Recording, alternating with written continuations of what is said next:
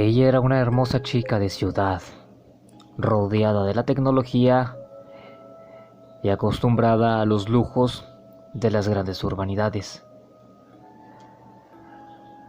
Las ciudades más pobladas de los Estados Unidos siempre tenían este problema, la sobrepoblación y un factor muy importante, ¿qué hacer con la juventud de hoy en día? En fin, eran dos temas muy importantes que los padres de esta chica se pusieron a pensarlo. A ella le encantaba salir con sus amigas todas las noches a las ferias.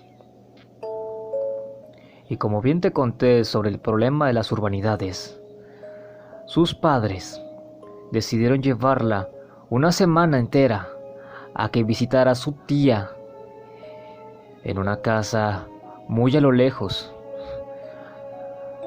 En otras palabras, pasar una semana sin tecnología, sin internet, sola, junto a ella, en una mansión enorme. Creyeron que así su pequeña, de 22 años, cabe decir, tendría una vida muy diferente al resto de la población adolescente.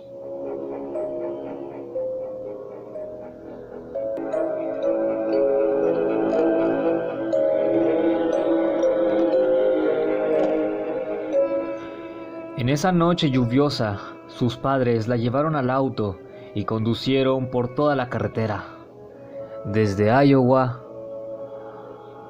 hasta Montana. La trayectoria fue muy larga, pero aún así, ella, estando pensativa y a la vez preocupada, se ponía a decir en sí misma a dónde la iban a llevar sus padres, si a un día de campo o a otro parque de diversiones. Pero cuando ellos se bajaron del auto, enfrente de una gran casa de 2 pisos, que parecía una mansión, tan hermosa, tan bella, la chica se puso a pensar y dijo que esta situación no era tan agradable para ella, ya que siendo una casa muy vieja, cabe decir que se aburriría. Aún así, la lluvia no dejó de caer. Sus padres se despidieron de ella fríamente y la dejaron con su tía. Ella de mala gana sacó su equipaje del auto y se fue a su habitación. Su tía la llevó a esa alcoba tan grande, y aunque la casa era muy lujosa y tenía grandes cosas para que explorar, aún así no se sentía cómoda. Ella estaba muy acostumbrada al urbanismo, a estar de ciudad y no ser de campo, como aquella casa que estaba en medio de la nada, en medio de un gran bosque, lleno de lluvia y de humedad.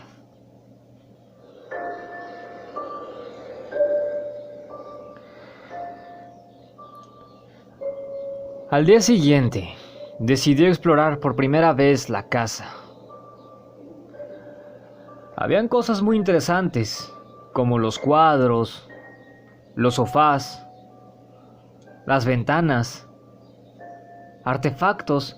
En sí, habían cosas muy interesantes, pero algo llamó su atención, y es que en medio de la casa había un pasillo tan oscuro, donde ni la misma luz del sol, es más, aquella región no era tan iluminada.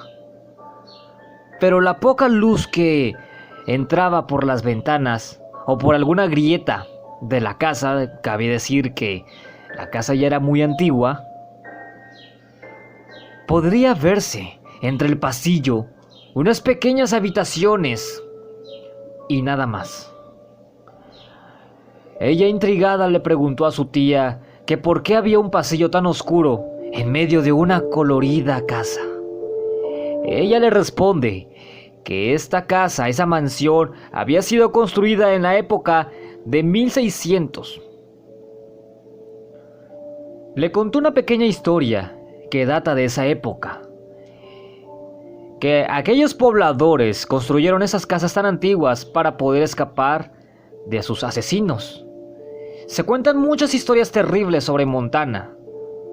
Como ellas, dice que varios de esos asesinos o monstruos, como le quieras decir, secuestraban a la gente y metían sus cadáveres en tumbas improvisadas en donde ahí mismo construían esas casas.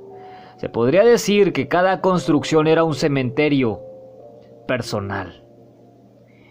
Ya te podrás imaginar que la chica pensó que debajo de sus pies habían más de 40 o 50 cadáveres, o bueno, lo que fue de ellos. Sin estar impresionada, se metió a su habitación y frente a la ventana, que comenzó a llover nuevamente, se sentó a leer. Ya en la hora de la cena, ella y su tía comenzaron a convivir un poco más, lo cual esto para sus padres le dibujaría una sonrisa. Pero la plática fue algo turbulenta.